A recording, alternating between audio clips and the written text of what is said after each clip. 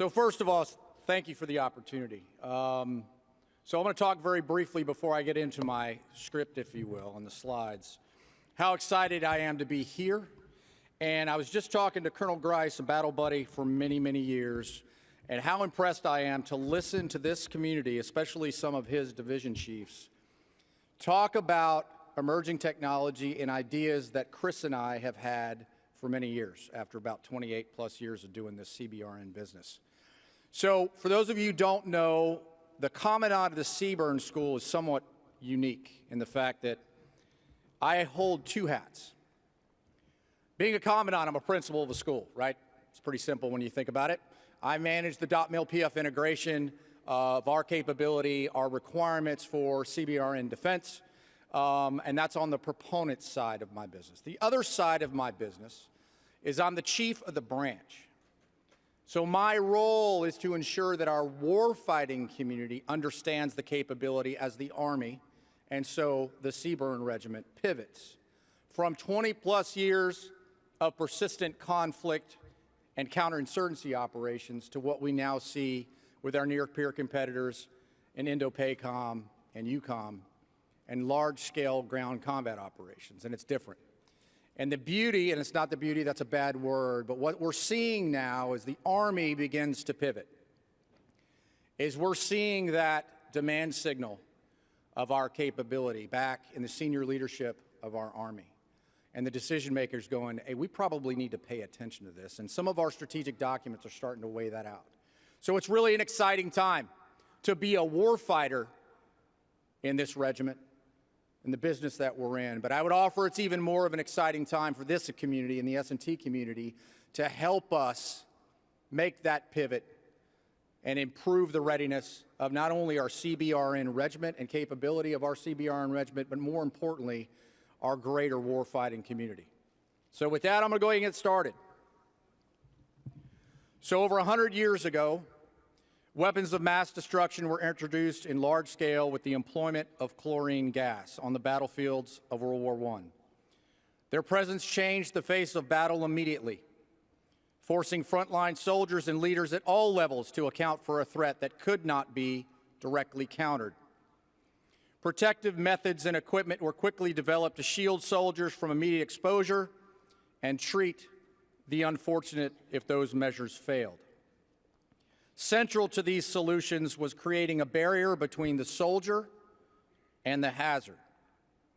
Detection, protection, and mitigation capabilities were developed leveraging simple chemistry and physics to allow the force to survive and operate in this new and treacherous environment. The principles of those original capabilities still serve as the foundation for solutions employed today. To detect a hazard, a soldier carried detector must be in or very near the hazard to detect it. To be protected from a hazard, soldiers must wear burdensome ocular, respiratory, percutaneous protection equipment. And to mitigate the consequences of hazard contamination, soldiers must employ large amounts of water at high pressure, decontaminant, and time.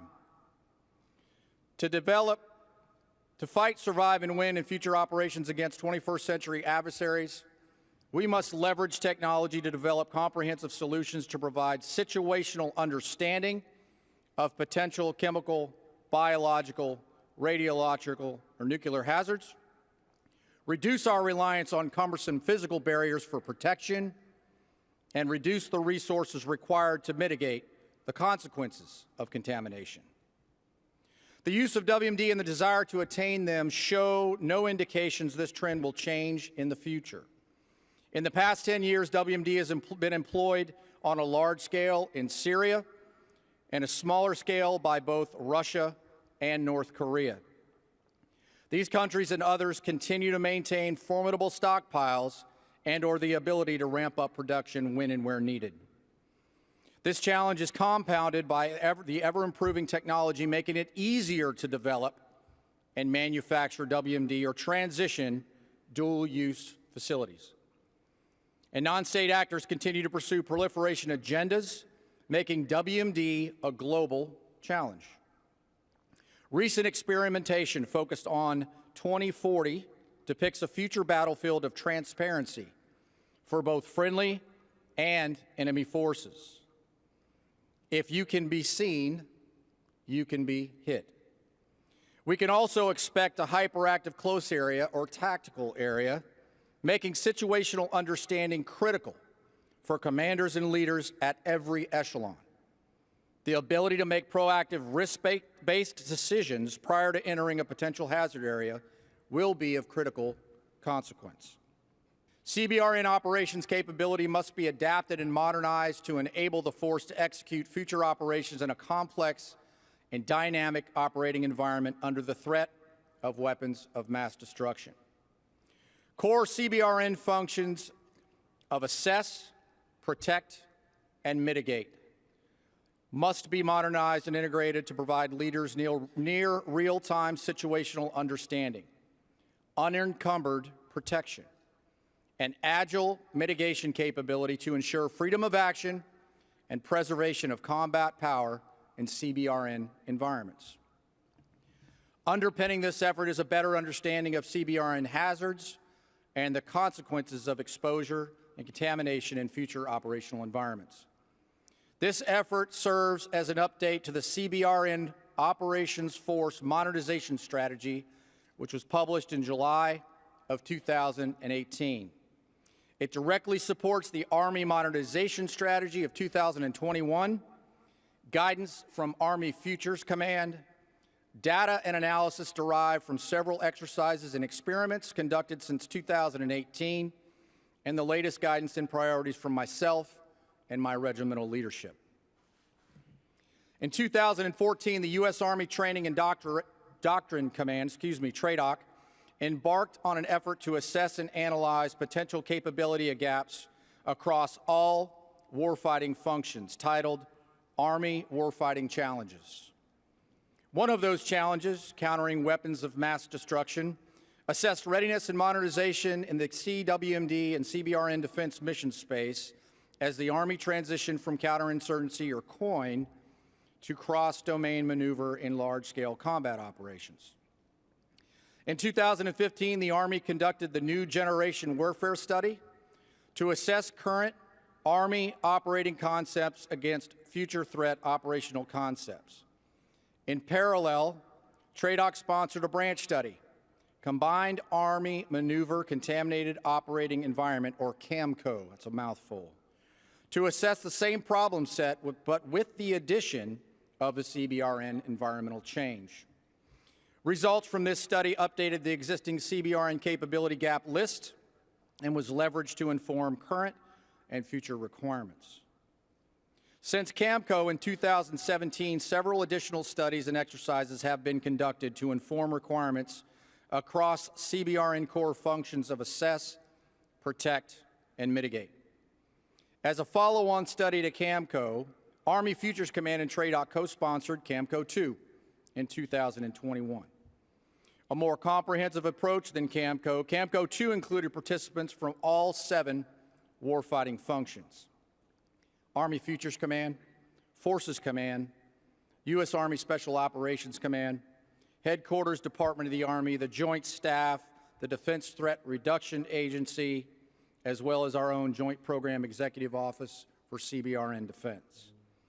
Conducted at the Maneuver Center of Excellence at Fort Benning, Georgia, this experiment focused on the following problem statement: how does the Army man, equip, and train to execute maneuver operations in contaminated environments in order to maintain freedom of action, protect operational tempo, and preserve the force while conducting multi-domain operations?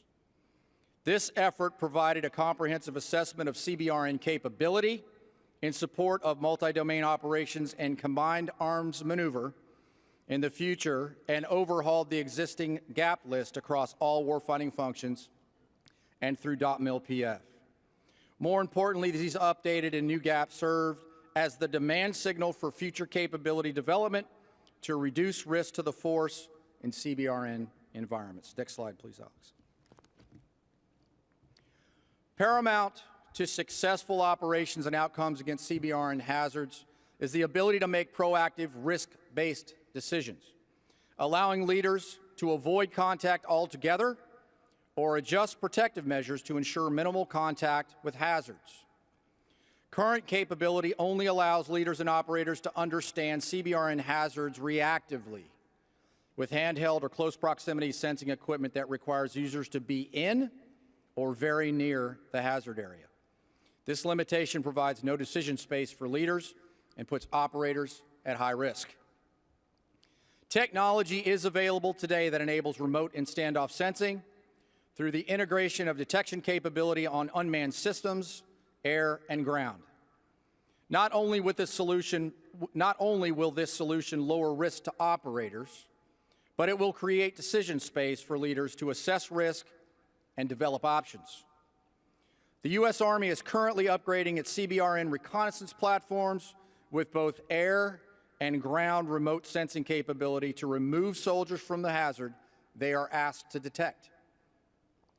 Coupled with remote sensing is the need to develop versatile sensing capability able to detect an array of chemical or biological hazards with only one or two pieces of equipment. Currently, detection equipment is limited to specific chemicals or biologicals and further limited by detecting in only one or two states of matter, solid, liquid, or gas. Equipment must also be designed and engineered for ease of use, transportability, and sustainability.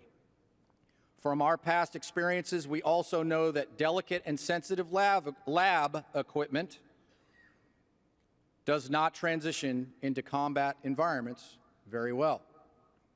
In addition to improving sensing and detection capability, expanding the sensing network beyond single-point detection is critical. To truly gain situational awareness and understanding, the sensing network must be expanded to include not only CBRN sensors, but all sensors that can capture CBRN-related data.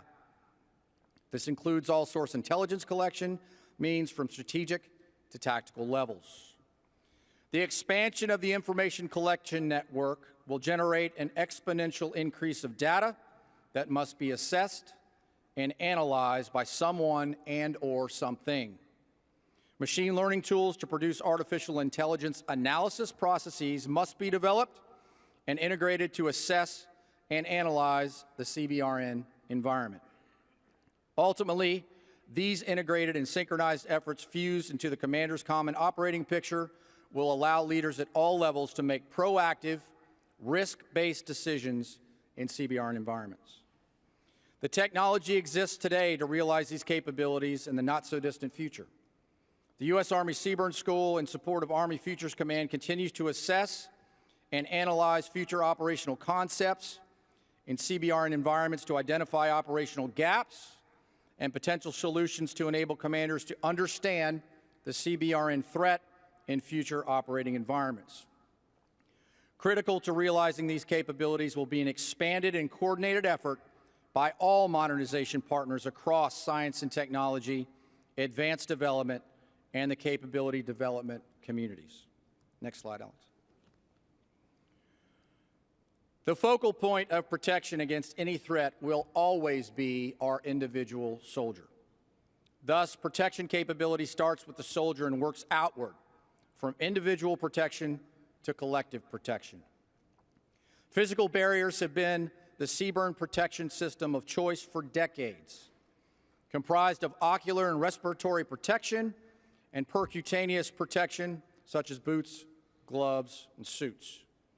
These capabilities rely heavily on butyl rubber and charcoal-based materials, creating additional physical burden on the operator and made even more challenging under extreme environmental conditions of heat and extended wear times. Enhancing protection, reducing burden, and limiting wear time are all key objectives in modernizing capability to protect the force in CBRN environments. Current technology for ocular and respiratory and percutaneous protection equipment has not changed essentially since the 1970s. While incremental improvements have been made in mask filters and vision ports, donning and doffing a protective mask is still requires specialized training and obviously is relatively bulky. Protective suits or overgarments still rely on charcoal-based membranes and reduce soldier or operator performance over long periods of time.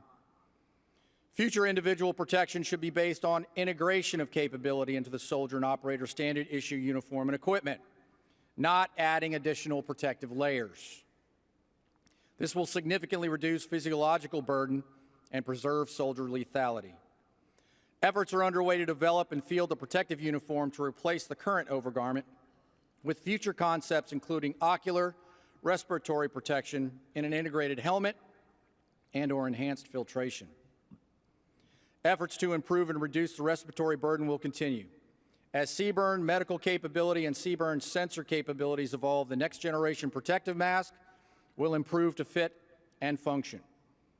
The Integrated Visual Augmentation System, or IVAS, mentioned earlier this morning, will provide evolutionary capability that informs how we can protect soldiers and CBRN hazards and push and pull information without degrading performance.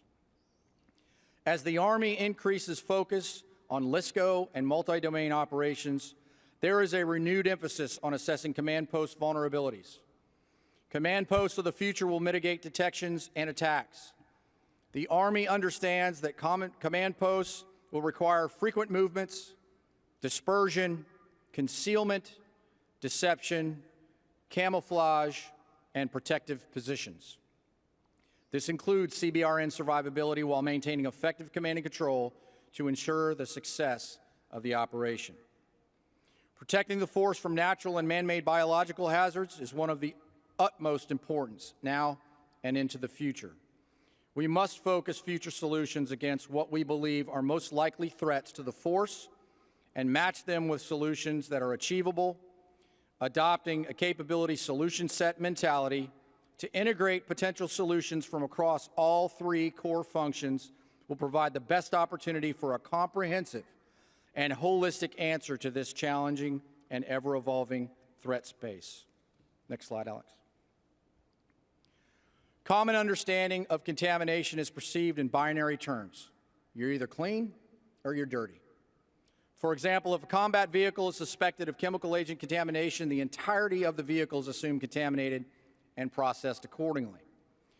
Current decontamination methods and capability provide an equally crude response, disseminating large amounts of water at high pressure throughout a multi-station process. The end result is a vehicle sprayed with bulky hoses, scrubbed with brushes over a prolonged period of time, and dependent on a vapor detector to determine if the vehicle is clean or dirty. This outcome leaves no consideration for decision space or risk mitigation. Only assumptions and chance in pursuit of complete elimination. And quite frankly, the expected outcome of clean is unachievable. The reality of contamination is unpredictability, influenced by variables such as weather, physics, and chemistry. For decades, we viewed contamination uniformly, due in part to our lack of precision in detection and reliance on broad-based response capabilities. For instance, if a chemical agent sensor detects agent on a vehicle, the entire vehicle is labeled as contaminated and receives a complete decontamination from top to bottom. Soldiers transiting through a potentially contaminated area are assumed exposed and must conduct a mop gear exchange or detailed troop decontamination at the earliest possible opportunity. We default to "we've been slimed," popular term in the tactical formations, and require decontamination, head to toe and top to bottom. Because we don't see the problem as unique and lack a precision assessment mentality, we assume worst case and expend huge amounts of resources and time in pursuit of the elusive clean status. And based on previous field studies and experiments, contamination of people, equipment, and terrain and infrastructure is never uniform. How does this problem set change if operators could identify contamination with some form of precision? Technological advancements regarding colorimetric detection allow us to identify actual contamination on surfaces. We saw some photos of that today. Work is underway to finalize detection solutions to integrate these capabilities in support of the operator to achieve precision. Changes must also be made across the .mil PFP spectrum to integrate this capability into the force, and that's my job. In the end, the pursuit of precision detection will open the aperture for better understanding of the contamination problem and enable decision makers to save resources, time, and manpower. We must also change our perspective on how we measure decontamination success, and more importantly, how we view contamination in general. Other forms of battle damage are viewed in much different terms and measured in varying degrees of risk, not absolutes. If we change our perspective on how we understand contamination and can measure it with a greater precision, we can direct our efforts to reduce risk of contamination where it actually resides.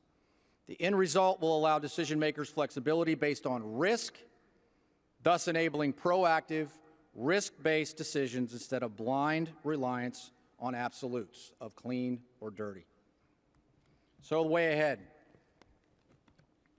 Successful modernization of CBRN defense capabilities is dependent on a better understanding of CBRN hazards and the consequences of exposure and contamination in operational environments. Laboratory experiments and dated Cold War-era field studies do not correlate well to future operating concepts or environments. Science-based studies are imperative to ensure we inform future solutions. As with other hazards soldiers face in the battlefield, there are no absolutes, only varying degrees of probability and consequence expressed by risk. But while CBRN is one of the 8 forms of enemy contact, CBRN is frequently misunderstood, generally neglected, but wildly feared. Why are CBRN hazards the exception? Simply put, they carry the stigma of being in the too hard to do box and/or assumed an unlikely threat. Both are not true and need to change. We must enable commanders to make proactive risk-based decisions in CBRN environments, informed by a better understanding of their impact in time and space. Modernization of capability is contingent on 3 core functions that, when integrated, provide leaders at all levels reduction of risk, not elimination of risk. The development of capability across assess, protect, and mitigate, woven together by .mil PFP integration, provides the foundation for successful operations in future CBRN environments. To modernize the Army, several initiatives are underway across these core functions and through the .mil PFP spectrum to improve capability. The Army's mounted CBRN reconnaissance platform, the Stryker NBCRV, is being modernized with remote and standoff detection capabilities to remove operators from the hazard they are detecting while providing leaders a better understanding of the potential hazards in time and space. There are also efforts to expand sensing arrays by leveraging microsensor technology to proliferate the battle space with networked point sensors. To better protect soldiers and reduce the burden of protective overgarments, the current protective overgarment, the JS list, is being replaced by a uniform with far better protection qualities and is less cumbersome and burdensome to our warfighting community. Lastly, decontamination prototypes are being developed, as we saw today, which is extremely exciting from my perspective. Being developed leveraging precision detection, machine learning, and robotics to significantly reduce time and resources required to reduce the risk of potentially contaminated vehicles and return them quickly back to the fight. So in conclusion, removing the CBRN myths of our past and replacing them with an understanding of CBRN environments and potential hazards are crucial to modernization efforts moving forward. Elimination of risk is not achievable, and attempts at doing so are a waste of resource and time. CBRN modernization is achievable in the not-so-distant future if we can provide a better understanding of the threat, train and equip our force to operate in its proximity, and mitigate the risk of CBRN hazards to acceptable levels. As with all forms of contact, risk is inherent but manageable. We must enable our leaders and their formations to do the same in future CBRN environments.